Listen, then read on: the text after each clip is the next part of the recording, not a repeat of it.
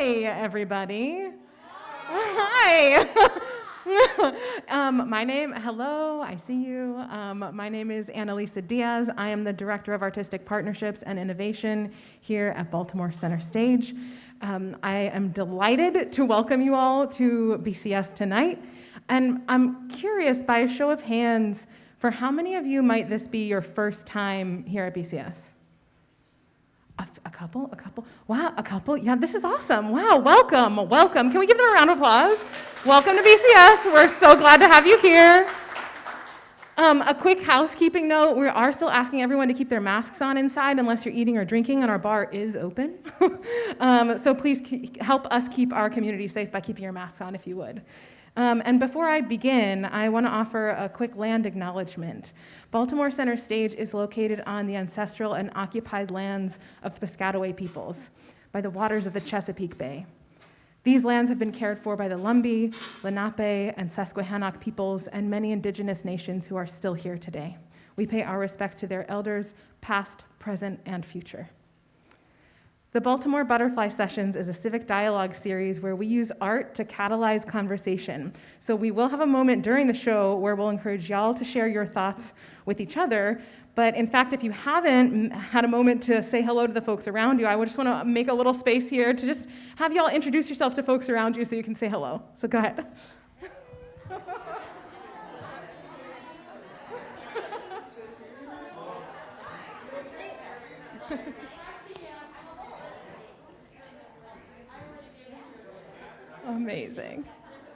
Amazing. Thank y'all. I love it. I love the energy. We're introducing ourselves. Thanks, everybody.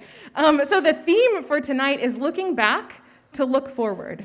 You all may or may not know that this is BCS's 60th anniversary season. And we are using the Baltimore Butterfly Session series this year to think about the next 60 years of BCS and beyond. But in order to understand where we might go, we have to understand how we got here. So fittingly, tonight, we're looking back in order to look forward. Center Stage was founded in 1962, and the first production of La Ronde opened in 1963. Some other notable events and context that I was Googling this morning about 1963. I was like, what else was happening? And I need to remind myself, what else was happening when Center Stage was founded? This was the same summer that Dr. Martin Luther King Jr. gave his I Have a Dream speech. It was the same year that President Kennedy was assassinated. In 1963, the US was at war in Vietnam and engaging in a Cold War with Russia. In Baltimore, summer 1963 saw civil rights protests to desegregate Gwynn Oak Park. Redlining neighborhoods was still the law of the land. And the Orioles finished 8th overall in the season. I don't know, I thought that was interesting. I share all of this to say so much has changed in the last 6 decades, and so much has persisted. I'm excited to grapple with how we understand the changing roles of arts and culture institutions in our community tonight. And in order to do that, why don't we start with some art? So tonight, you'll hear from music from Baltimore's own Katrina Brené, and accompanied by the, yes, we love Katrina. Katrina Brené, accompanied by the incomparable Ray Winder. Yes, Ray. You'll hear some specially curated monologues performed by the one and only Tony Ray Salmi. You'll hear readings of cultural and historical texts read by some of our amazing staff members. And tonight, instead of a keynote, which we normally would have, we actually tonight are having a special dialogue between Gavin Witt, BCS's longtime resident dramaturg, and Dr. Darrell Brooks of Love and Justice Consulting and Black Equity Baltimore. I am so thrilled for the two of them to share their insights on the role of the arts in Baltimore over time. And with no further, I'm going to turn it over to Katrina and Ray to get us started with some amazing, what's happening? Are we good? Yeah. I'm turning it over to Katrina and Ray to get us started with some of their amazing music. Hey, y'all. Hey, family. Y'all so quiet. Y'all so quiet. So the theme tonight, Annalisa said it, but I think it summarizes to Sankofa. Are you guys familiar with Sankofa? Right, looking back to fly forward. So the first song I'm going to sing is Fishbowl.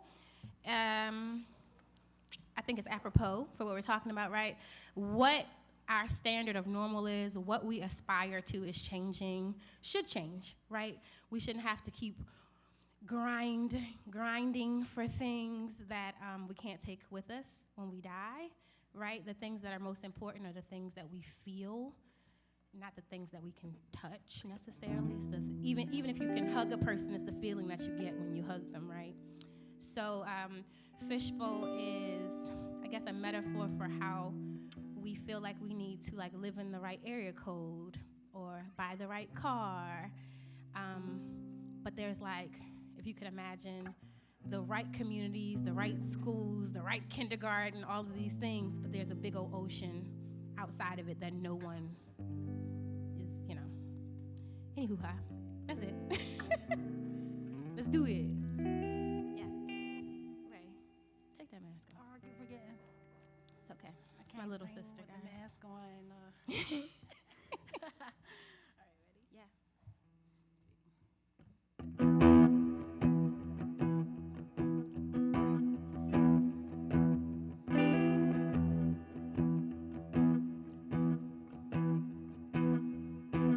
They think they got it right. They think they've arrived. I tried to break it with all my might, but I can't fight alone. We all have the same rights, but I wanna abandon the rules, 'cause we're in this fishbowl building sandcastles, and nobody wants to get out. We're in this fishbowl building sandcastles, and nobody wants to get out. Give me the grass, give me the light, I'll be a flare in the dark. I've been afraid to jump out, now watch me swim with the sharks.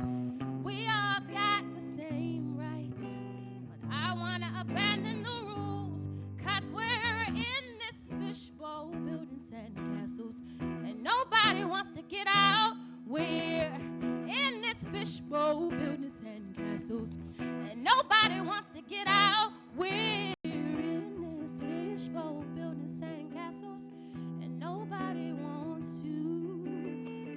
In this fishbowl building sandcastles. Hey, so why don't you wanna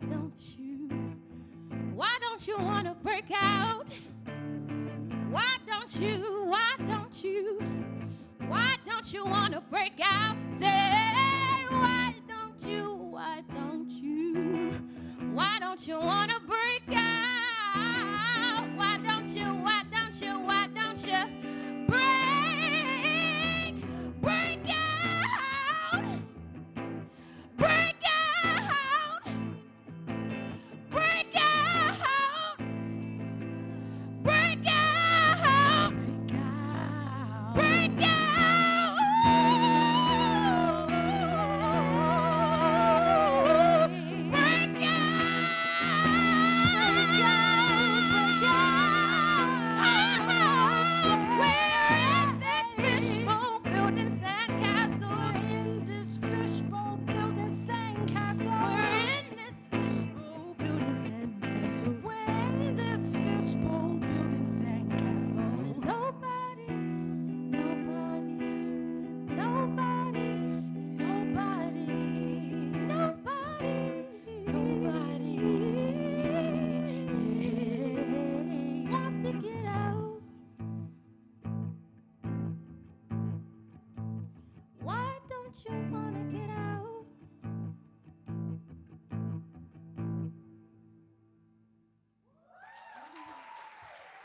Ray Winder.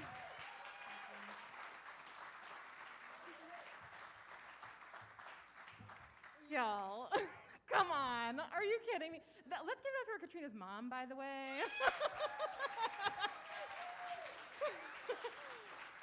We are so blessed. We are so blessed.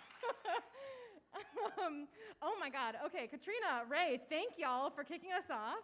Don't worry, we're going to hear more from both of them very soon. But first, I would like to invite Tony Ray Salmi up to the mic to to perform a special selection of monologues. And for some of you all who have been to our Baltimore Butterfly sessions in the past, you might know that we usually feature poets. But this time around, since we're thinking about the last 60 years of Baltimore Center Stage, we were like, what if we actually have some theater monologues performed by an amazing actor? So Tony's gonna come up and do that for us in a moment. And before she does, I'd love to tell you a little bit about Tony. Tony is an arts administrator, director, and performing artist. She's been performing and directing here in the area for over 20 years and has worked with Imagination Stage, the Kennedy Center, Taffety Punk Theater Company, right here at Baltimore Center Stage, and many, many others. She holds a master's degree in theater from Miami University and won an arts management from American University. Tony's most recent role, I love this, is Lola, when she welcomed her grandson Emmett to the world in June. Tony will be reading 3 specially curated monologues. The first you may recognize is from Shakespeare's Henry V. The second is from Diana O's Hate Letter to the Great American Theater. What I love about these 3 monologues is they're 3 very different approaches to theatricality and a great reverence for theater as an art form and imagination as something akin to sacred. Tony, I'm gonna turn over to you.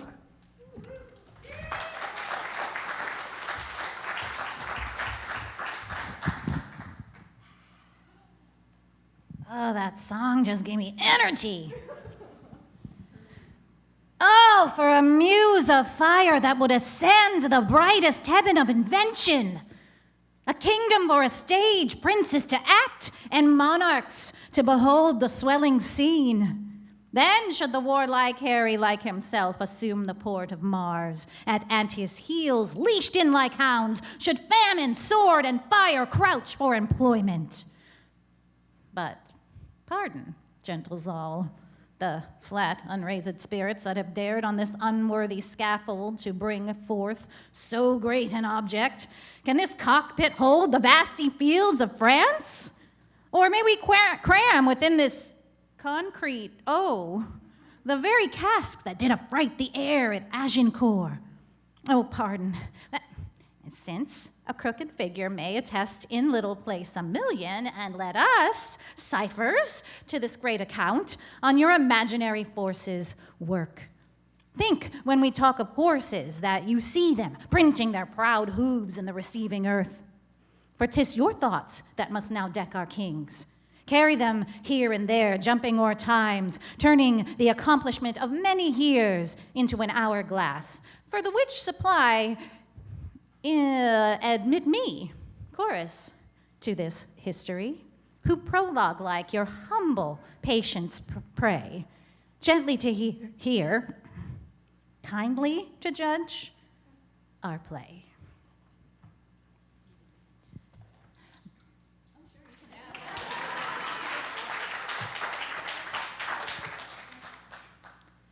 My Hate Letter to the Great American Theater. A play by Diana O. Thing 3, programs. A radical thinker enters. They are queer. They don't give a fuck about white money or white comfort. Radical thinker is holding up a playbill. Radical thinker lights the playbill on fire. I wish programs were full of manifestos of what the artists really wanted, rather than a list of all the schools the rest of America can't afford. I wish programs were a coloring book instead of a stale book of lies, full of affirmations that mommy and daddy never gave us. I wish programs were a fuck you. I wish programs were a you can kiss my dulce de leche ass. I wish programs were, my work can speak on its own, and you can use this book as a bibliography that's full of books that you didn't assign to me to read because you were busy teaching me the music to Gypsy. Again. I wish programs were full of our zodiac signs. I wish programs were full of coping mechanisms. I wish programs were our photos and our names and our PayPal addresses so you can send us money because none of us are making enough. I wish playbills were called what they really are, which is a celebration of the year 1947, the year of the first Tony Awards, when Jackie Robinson was the first African American to play professional league baseball and none of us were on the stage, when the CIA was established, when the Cold War began, When infrastructure and Inferno lit up in flames, and to make you turn the TV off when you didn't see your white woman lead or your John Wayne. When you all gathered in 1947 in the Waldorf Astoria in New York City to give each other gold statues, complimenting each other's white teeth and clear skin and good posture and clean nails, the Chinese Exclusion Act had only been repealed for 4 years. The Chinese Exclusion Act had only been repealed for 4 years. The Chinese Exclusion Act. That means Chinese were left out of this country for a really long time. So, how could they win awards? And Filipinos and Indians weren't even allowed until 1946, and their food is delicious. And then, 1 year later, in 1947, you had your parties, you sipped your wine, you went on your diets to get ready for the Waldorf Astoria. The Great American Theater Wings Tony Awards salute excellence in Broadway theater. Well, I guess we won't all get a chance to be excellent then. The Oriental Exclusion Act of 1924, banning all Asian immigrants for a while there. Segregation, alive and well. You went to the Waldorf Astoria and drank from your fountains labeled white. And in 1932, hundreds and thousands of Mexican Americans were forced out of here, so they definitely didn't win a Tony. So who's gonna play Mama Rose? And her daughters have to look like her too, or everyone is gonna be confused when they play make-believe wearing their lace front wigs and forehead microphones. Let's make everyone in the family look the same. It's much less confusing that way. I wish playbills were full of facts. I wish programs made reparations, celebrating the work of our poetry in our journals and the eulogies we give to our loved ones. I wish programs had substance instead of noise, something that says, I love you, and I love that you're here. I wish programs came with $20 bills slipped inside. I wish programs let me know that if I believe in my dreams hard enough, that someone will celebrate my beauty like they celebrated Ingrid Bergman's. I wish Ingrid Bergman would give me a kiss on the forehead and tell me that I am enough. I wish programs let me know that I won't always be the radical thinker and I'm actually being heard. I don't want to read your bio. I want to honor the channel that you are. I want your name, your face, and I want to know that I'll see you again sometime. And I want to know that you see me too.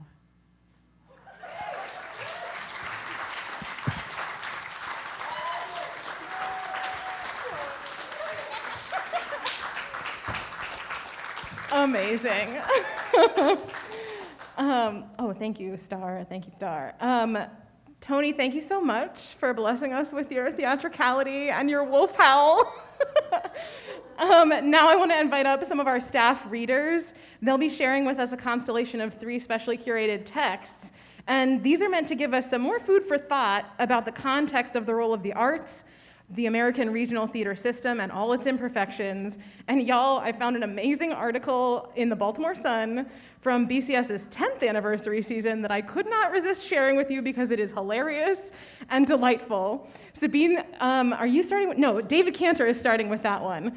And then we'll have Sabine and Bridget read after them. David, I'm gonna turn it over to you.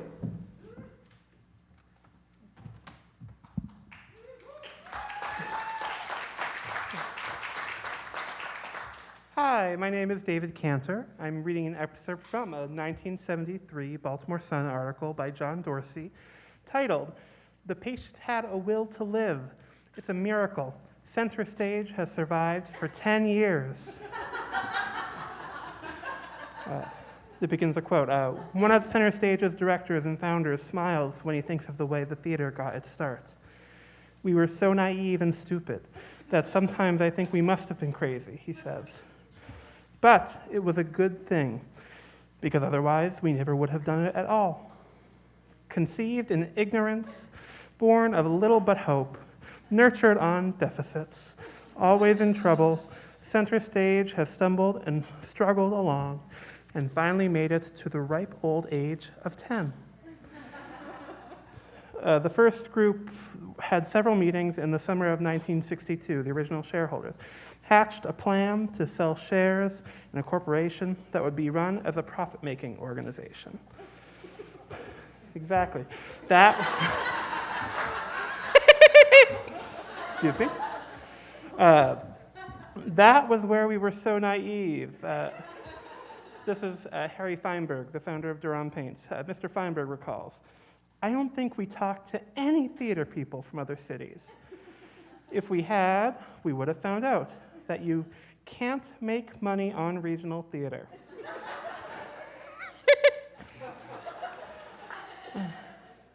But we didn't. So we went out selling shares and telling our friends it was a good investment.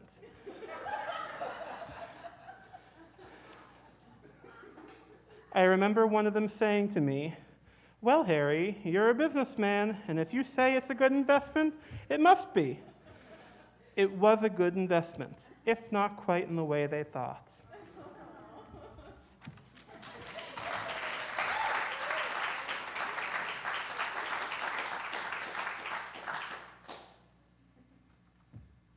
Hello, my name is Sabine Decatur, and I'm reading an excerpt from an essay written by Wallace Shawn entitled "The Written Play Has Its Own Music."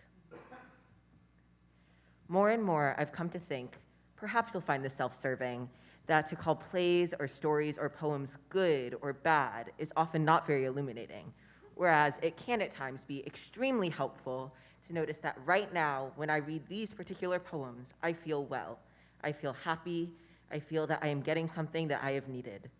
It's not that those poems are the best poems or that they're better than certain others, but that for you, now, they are important and right.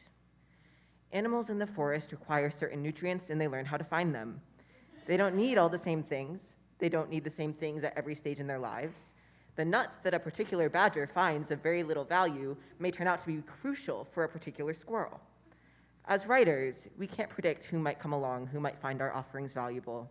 But because we've all been readers, we know what the experience is like, and we hope that what certain writers have given to us, we will give to someone.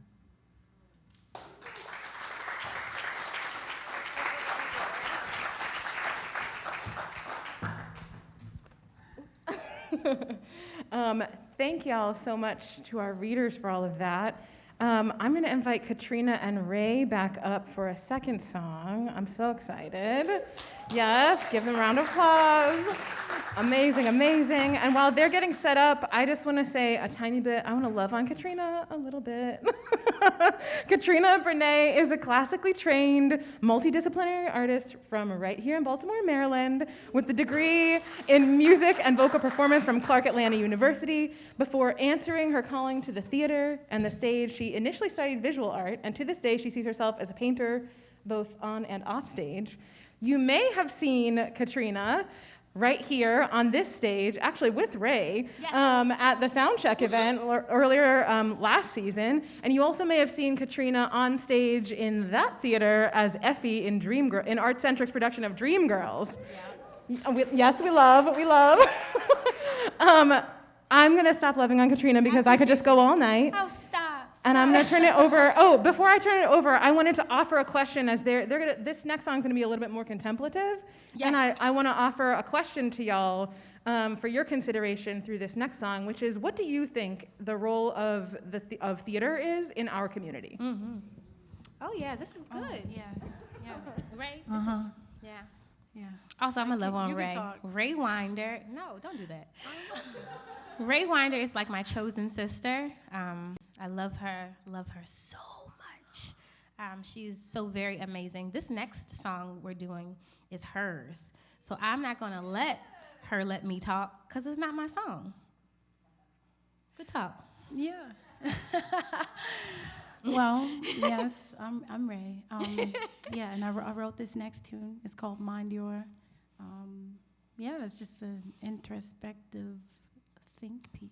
Mm-hmm. And it's very repetitive. So choose what it means to you. Yeah, honestly. Yeah.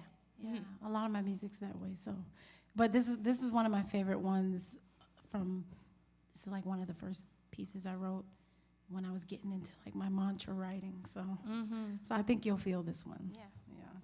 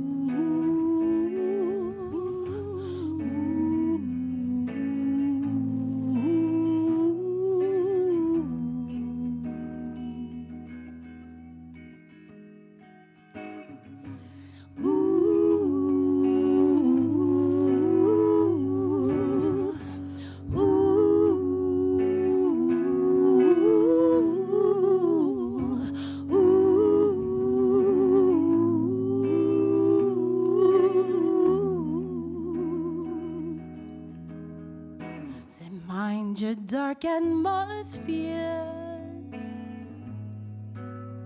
spreading thin like tears, yeah. And only until the stars decide their dawn is when the cold moon turns into sun. Said, mind your dark atmosphere, ooh, spreading thin like tears. And only until the stars decide their dawn is when the cold moon turns into sun. Ooh, yes. Ooh.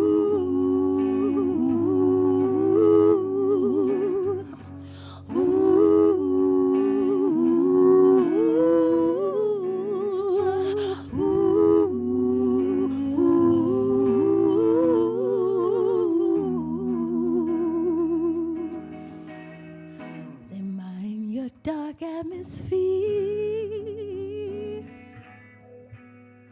mind your dark atmosphere,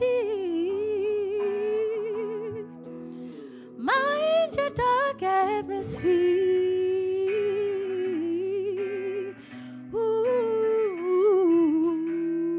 Ooh. Mind your dark atmosphere.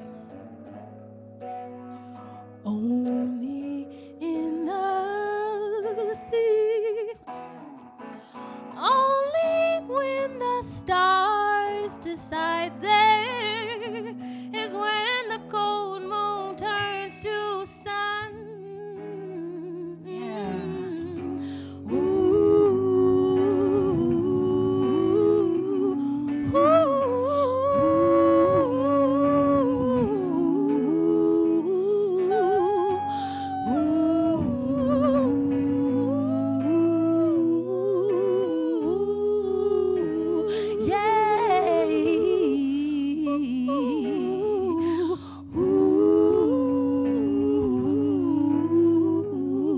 Sing, Ray.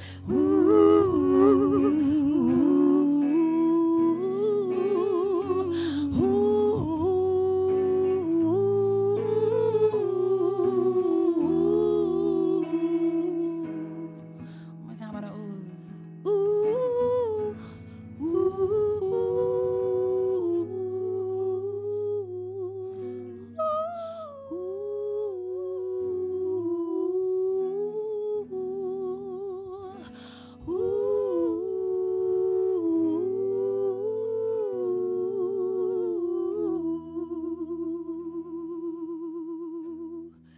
Say, mind your dark atmosphere, spreading thin like tears, only until the stars decide when they're done is when the cold moon turns into sun. Yeah.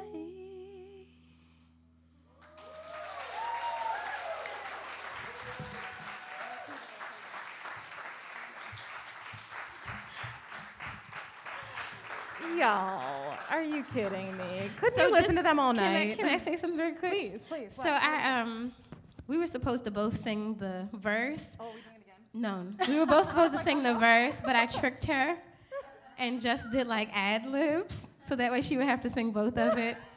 Yeah, because she's amazing. So clap for This is her, my right? sis. That was I was gonna wait till the end to do this, but low-key, Ray Winder is gonna have a sound check event later this season, so y'all should come back for that. I'm bringing the full band, Full band. BGVs. She plays the flute, the guitar, the piano. She's lead, she's background, she arranges, she scores, she teaches. I'm not kidding. She does it all. Yeah. Amazing, amazing. Okay, well, while we're transitioning here, we're now going to move to our dialogue portion of the evening, and I'm going to invite Gavin Witt and Dr. Darrell Brooks up to the stage. And while we're moving some things around, I want to share a little bit about Gavin and Darrell. Gavin, some of you may know, spent nearly 20 years right here at Baltimore Center Stage, helping program, plan, and implement individual season. What did I do? What do you do? Helping implement individual seasoned and multi-year strategic plans, dramaturging, adapting, and directing main stage productions, and developing commissions and other new work. He served as well as artistic director and producer of the First Look and Play Lab developmental series, among many other projects and initiatives. His creative output includes adaptations of a half dozen Shakespeare plays, Granville Barker's The Voici Inheritance, Marlowe's Tamburlaine, and translations of several classic French plays. More recently, his adaptation of the Scottish play was performed in New York by Word to the People. In addition to his current faculty positions at the Department of Theater Arts at Towson University, he serves as an ambassador at large for the National New Play Network and a member of the board of directors of LMDA, which is the Literary Managers and Dramaturgs of the Americas. Dr. Darrell Brooks is an interdisciplinary research scholar practitioner and social justice educator from Baltimore, Maryland. He is the founder and CEO of Love and Justice Consulting, LLC, an organization that provides leaders with diversity and social justice learning opportunities to increase their capacity to effectively and authentically engage difference. Dr. Brooks is the policy chair for the Baltimore City School Board, where he advocates for educational justice for LGBTQ students who are often marginalized and erased within formal educational settings. As a social justice practitioner, Dr. Brooks' work focuses on recentering love in our collective racial justice efforts and harnessing its transformative capacity to reshape our lives in ways that honor the very core of who and what we are.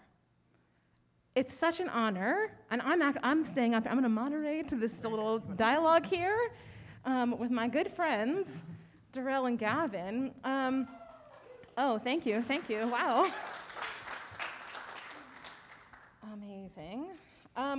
Before we dive in, would either of you like to share any more about yourselves before we dive into some of our questions for tonight? We feel good? You're like, you just read those long bios. What are you talking about? Okay, amazing. So we're here tonight thinking about the historical and possibly the future roles of BCS and the role of the arts more broadly in Baltimore City. And one of the things that I have learned from various traditions of futurism, thank you, Katrina, for bringing up Sankofa, you really have to understand where you came from in order to understand where you might go. So I wonder if each of you could share a little bit about what you think the historical role of BCS has been over the years from your various vantage points. No, Kevin, we'll toss to you. Just because I'm old. My viewpoint of the historical role of BCS over the years. Well, we heard some of that in what you read. I might slip this off just while I'm talking, because I think it's hard through all the layers. It's hard for me to hear myself or know what I'm saying. I think that affirmatively, I think there's been a tremendously vital role locally.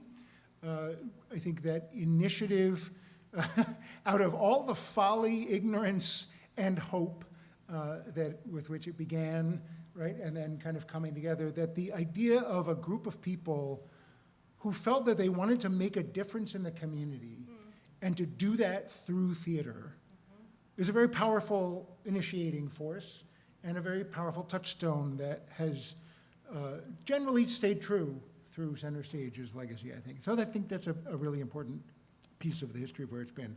I think also that phenomenon of a group of people who had the access and privilege to kind of make that happen and just go to their pals and say, hey, we want to, my dad has a barn, or there's a place on, up in Baltimore, let's start a theater, and that we can persist in that has also been part of that truth and that important phenomenon to recognize. I think maybe the last thing I'll say, and then I really would love to hear your take on this, is that, again, affirmatively, through that journey, I was here for almost 20 years.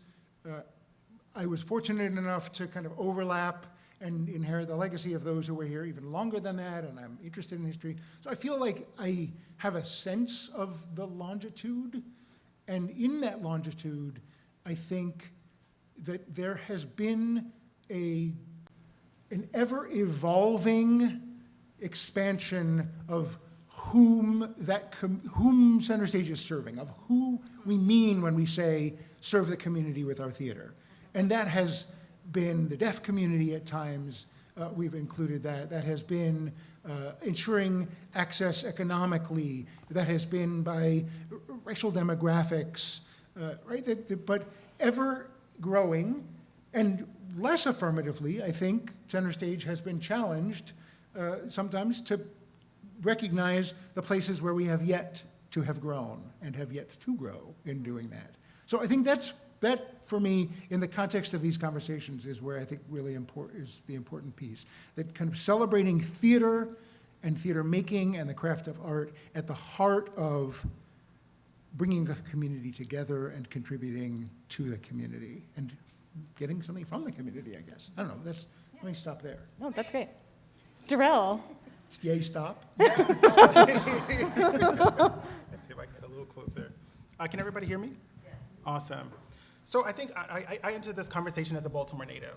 And so, thank you, that's right. Baltimore natives in the house. But I also enter with a particular positionality as growing up sort of economically disadvantaged in Cherry Hill, which is on the, hey, down the hill, okay, exactly. And so for me, Center Stage has always represented many things, and part of which was always a duality. It represented both aspirations, but it also represented a site of exclusion. For many years growing up in the city of Baltimore, the theater was not a space for Black, poor, working class folks. And sort of my experience with Center Stage was that it was also one of the places where I met this idea of what's possible in terms of economic viability, because for me to get to Center Stage meant that I had reached and I transcended class from being a Black, poor, coming from Black, poor, working class family to sort of the Black elite, which Baltimore has always had. And so for me, it represented that duality as well. But I will also say that it in some ways, it also represented for me both this refusal of acceptance of my Blackness, while it was also trying to create space for my queerness. And so it was also one of the first places where I got to see gay stuff and to see myself reflected in arts and theater in a world that at that time didn't really provide much visibility and representation. And so for me, it was always a space of duality, but also a space where I felt often that I had to sacrifice a part of myself in order for me to sort of be in a space like Center Stage, whether it was around class or my identity. There was never a sense of my wholeness in this theater specifically. So yeah. Thank you. Can I ask you to, there was one time we were sitting up after an event on the 4th floor, and this actually was why, there was an event where I was like, I have to bring Darrell back to like say these words. Because you made an offhand comment, because you were our facilitator that night for an after-show conversation, and you were like, it means a kind of a thing for me in my body to be in a leadership role. I would just wonder if you could reflect on, like, even you're sitting up here now, like, this a star of the show. Do you know what I mean? I'm like, what is that journey for you? Well, that's a lot, Lisa. But I do, what I will say is that it does mean something for me to be able to walk into this space and to see the new ways in which the community is being engaged. For me, created new opportunities for me to be more myself in this space. And so when I had the opportunity to to sort of facilitate some of the after-show conversations, what I was reflecting with a group of the folks there was that, like, there were times where you just did not come here. I could not be here because, one, I couldn't afford it, or my stories weren't told here, so I didn't see myself here. And then when I got here, I had to deal with white people who had very specific views about who and what was a right type of Black person to be around, if any at all. And so now to be here in a space where I think in some ways we made a lot of progress, and again, but there's still much to do, that at least right now, it feels like I get to be fully and more authentically myself, and also to be respected and hopefully try to problematize this idea of what a good or right Black person is to be in the theater. Like, I brought some folks to the theater for the very first time, and they were in their 40s last year through the work of Black Equity Baltimore. This was never for them. They never saw themselves here. And so, and for me, it was such a distance. Like, I was like, this is your first time? You're 40 years old, 45, 50 years old in the theater? And so I think we have a lot of work to do there. But yeah, so it's a little overwhelming to be here. I think that we had a little bit of a prior conversation over Zoom, and some of this came in, and it's so fascinating. It's so illustratively emblematic. It's so vital, I think, to hear this. Because, I just want to sort of connect this to the history piece, is that where this stands starkly for me is that lived experience inside the also true experience of our having provided that over 30 or 40 years generationally for waves of the Black community here. That people, like, in the 90s, in the 2000s, in the 2010s, this lobby was filled with people who were having that same first time coming to theater, who were seeing themselves represented on stage for the first time. And it's a reminder, like, you have to keep reinventing that work. It is not untrue that that happened. It's almost more true, but it becomes more true in that we have to keep doing it. And the child right to the end and expanding. And maybe, I think part of what was happening maybe was that duality or the multiplicity was rarely being addressed. It was often, right? In 1992, I think we began an initiative to dedicate a third of the season to the then African-American stories that became the stories of the African diaspora. And accompanying that was eventually a recognition from some affiliated artists who were advising that to say, well, that means you have to change the entire experience of coming in the building. You have to change your usher corps, you have to change your board, you have to change what the posters look like on the walls, what the photographs are like, and who's on stage in the show, right? It was everything. So it was a deep core And you said that was reinvention. in the 90s? That was in about 92, yeah. And yet, in the midst of that, people were screaming at the box office staff because of the shows, and so there had to be a statement from the artistic leadership. There was also a $60 subscription, which is not nothing, but like when I got here, the parking lot attendants who still staffed with humans the garage across the street were subscribers to Center Stage, and they'd see the shows. But we lose all that constantly, and I think we were targeting people as representing just portions of that. Right, so there would be, like, it's the diasporic communities, the African-American experience, as if that's monolithic. Yeah.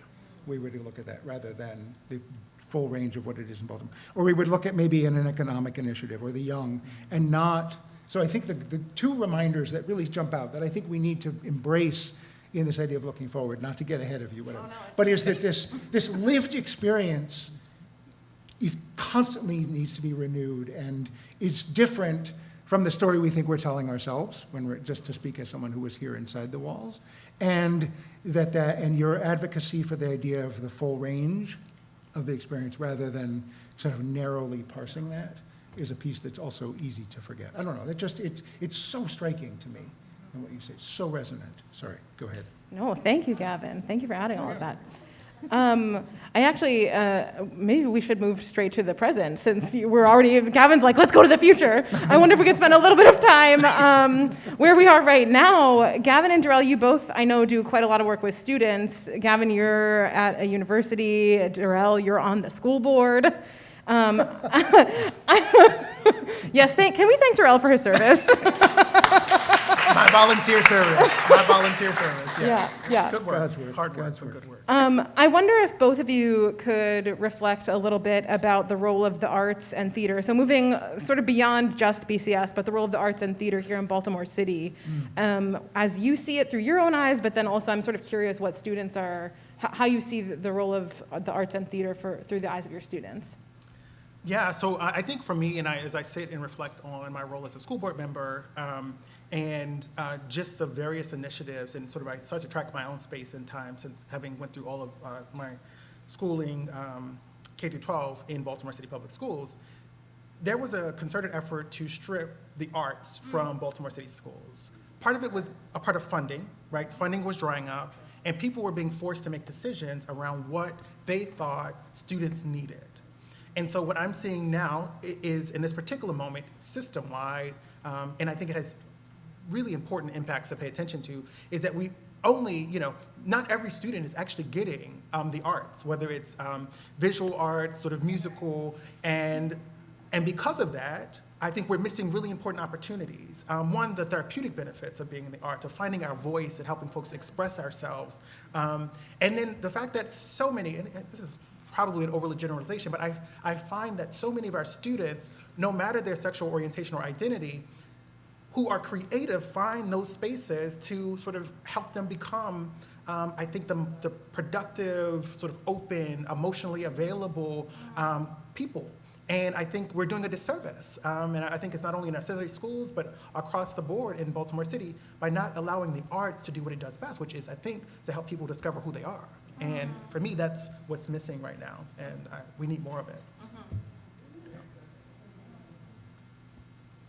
Is there anything to add to that? Not right now. I don't think I can make it better than that. I mean, right? It's like that's pretty. That's great. I mean, oh yeah, please. The only thing that I would add is that seeing them at the next phase of their life into college only reaffirms, endorses what you're saying, I think, and the value of it, and on that journey, I think. Wonderful. Okay, Gavin, now we're going to go into the future. Oh, yes. We're in the future. We're in the future. Okay, we've talked about the past. We just talked a little bit about the present. So thinking about the next 60 years of maybe Baltimore Center Stage, but maybe also arts and culture here in Baltimore City, could you, this is such an impossible question, could you articulate, like, what is your hope? What are your hopes for the next 60 years of arts and culture here in the city? There can be many hopes. I was like, this is really hard to just name one. Kevin, do you want to go? I don't want to take up too much space. No, you're good. You're good. Also, it's great to hear that this. It's great to know that in hearing this, we know that this is a voice on the school board now, right? So that's. I'm partly just processing my pleasure at that, my relief. The future. I mean, I think there's sort of the obvious pieces of these components that we're talking about in terms of representation, in terms of inclusion, in terms of supporting people's voices, in terms of there's new technologies and new ways of accessing it. And who knows what what will America be, or what will be here.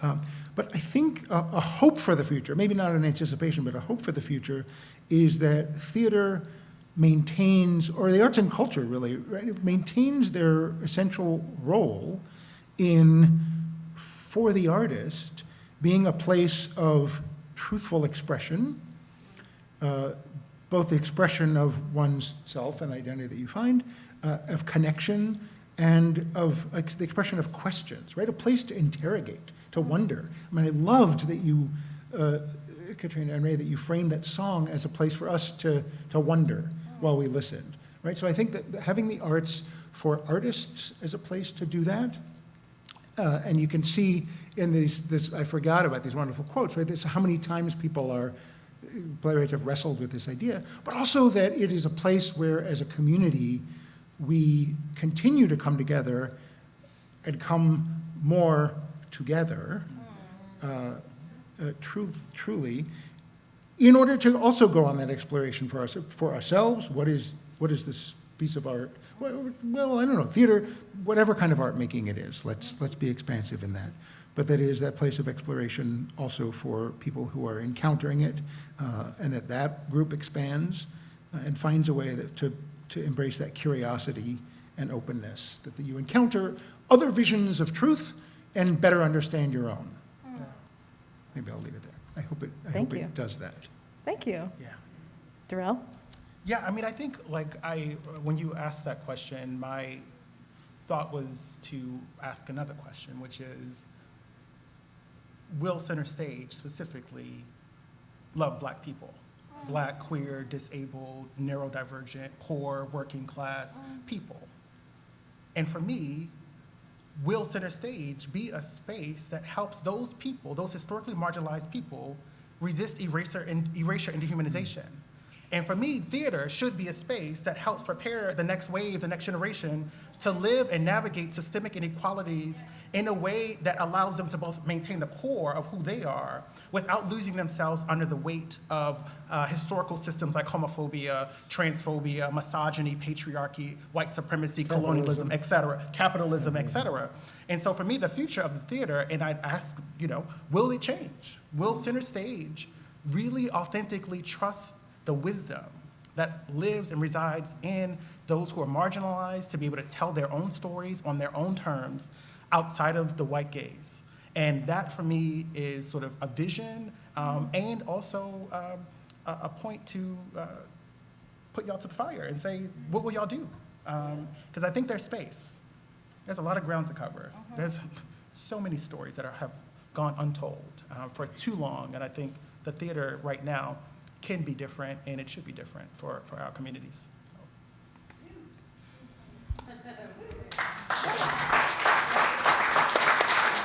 Thank you. Thank you for that question in response to my question.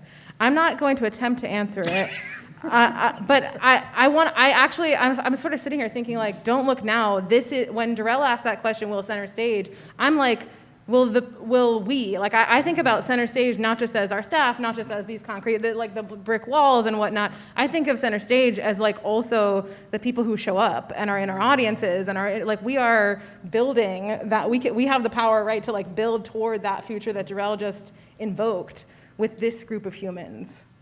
So I hear that question to all of us. It's so systemically connected to big, right?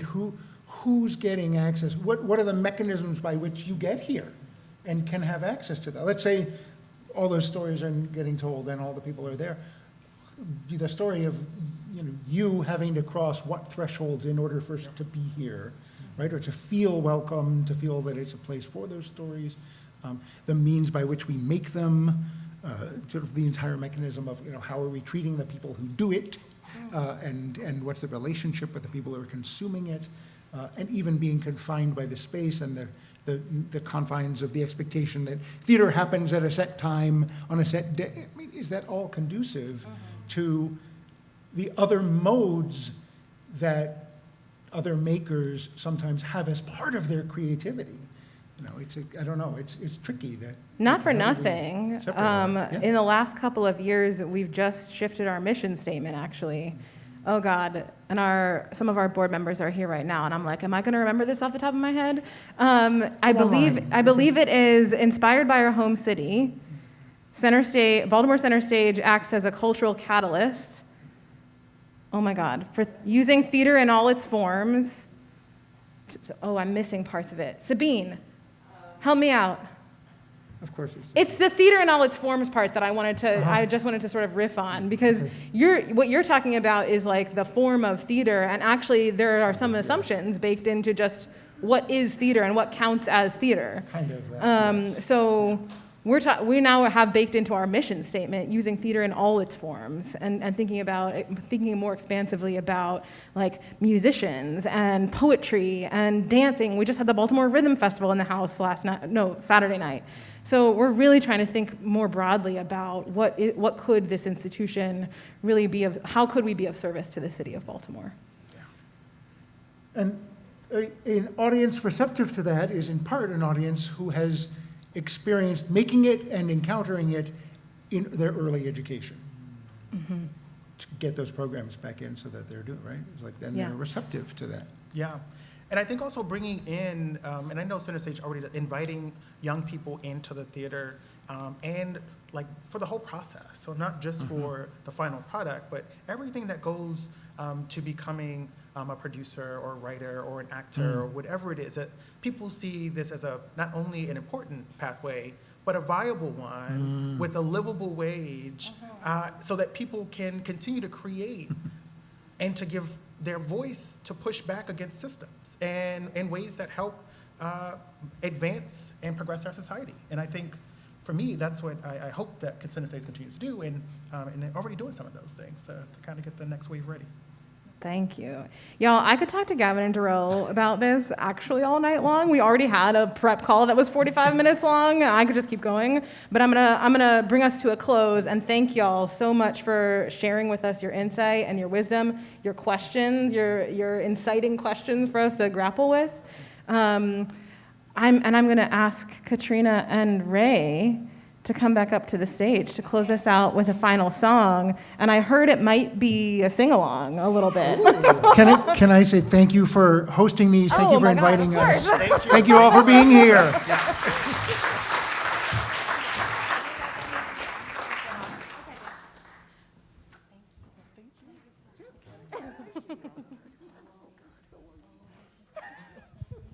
Katrina's just over here loving on Darrell. Just give us a second.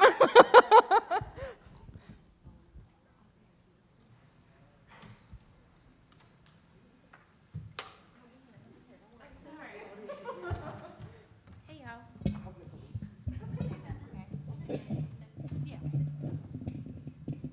Oh, you guys are so quiet. Ugh. So all the things that they talked about. So I'm gonna be really quick because I have I'm a professional singer and actress, right? Right now I'm a swing at Signature Theater while they're doing The Color Purple. Thanks. And I brought that up because what they were talking about, what they were talking about, as a non-equity actor, when I want to audition for Baltimore Center Stage, guess where I have to go? New York. How does that even help? Right? Because we're talking about, not anymore, right? And so I was gonna say, I'm so grateful to people like Annalisa and Little Star, Estrelita over there, because I'm 34, and this year, outside of Dreamgirls and the partnerships that they're doing, like they really are walking the walk, right? Talking the talk, finally. I had never even been here. I thought it was somewhere else.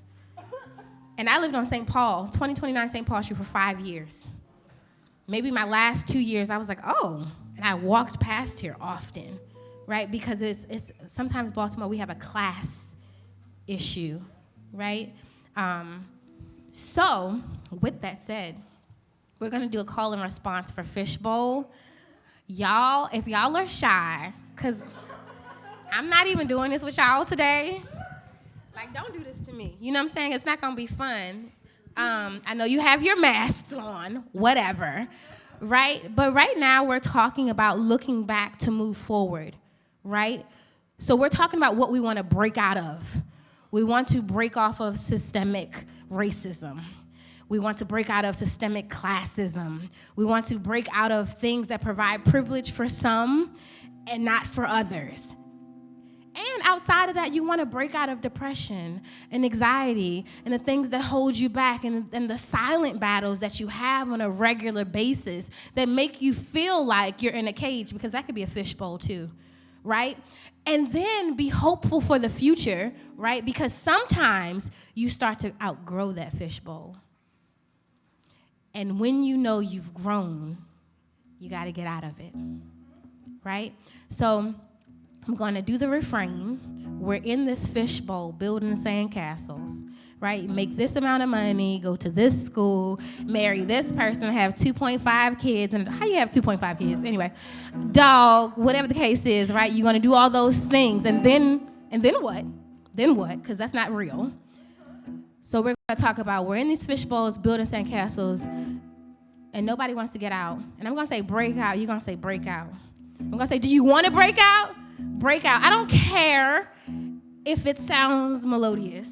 I'm the singer. I'm not expecting that. But I do want you to have like a war cry, because this is your war cry. Art imitates life, right?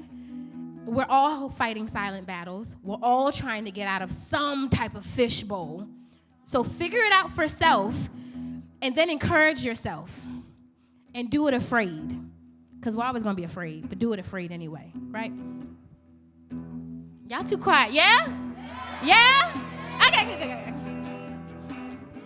We're in this fishbowl building sandcastles, and nobody wants to get out. Y'all so quiet, I can't. We're in this fishbowl building sandcastles, castles, and nobody wants to get out. Thank you, little star. We're in this fishbowl, buildings and castles, and nobody wants to get out. We're in this fishbowl, buildings and castles, and nobody wants to get out. So I'm gonna ask you, why don't you want to break out? Because your mom told you if you drop out. Why don't you want to break out? Because if you want to be an artist, you'll never make money, right? Why don't you want to break out? Because if you get divorced, you'll never have the life you were supposed to have. Why don't you want to break out? I'm going to say break out. Break out! Break out! Hey, break out!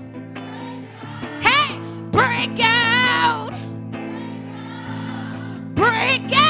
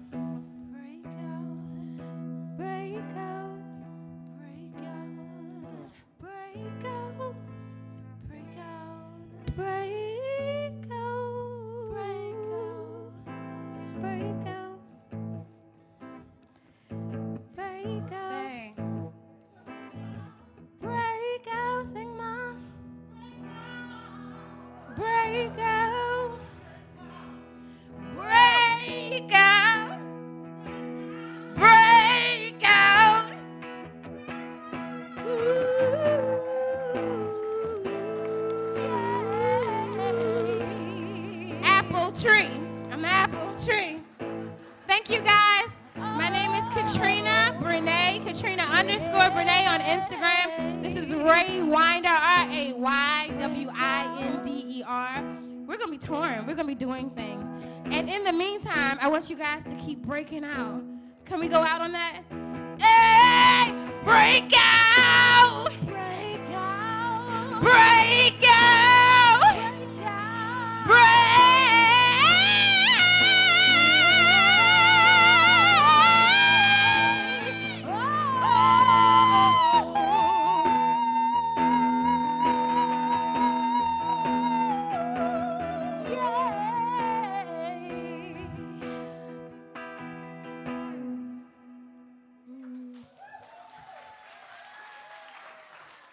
That's Ray Winder.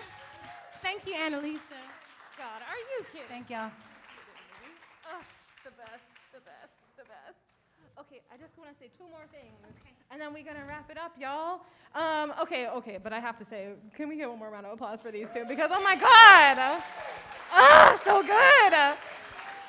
Thank you all so much for joining us this evening. We're so grateful to all of tonight's featured artists and readers. We hope you had a wonderful time, and we look forward to seeing you again at the next Baltimore Butterfly session, which will be on November 7th. We have Our Town, which is running right now, and a whole series of hashtag Our Town Baltimore programming, including a series of 5 community nights and partnerships with Creative Alliance and Made in Baltimore. We are also hosting a Baltimore City School Board Candidate Forum on October 3rd with our friends from Healing City, Baltimore. So please do actually check out the website, centerstage.org, because there are a lot more events coming up, and we would love to see you back here at any and all of... Thank you. Centerstage.org, all of the events are up there. We hope you had a wonderful time and hope to see you again very, very soon. Thanks, everybody.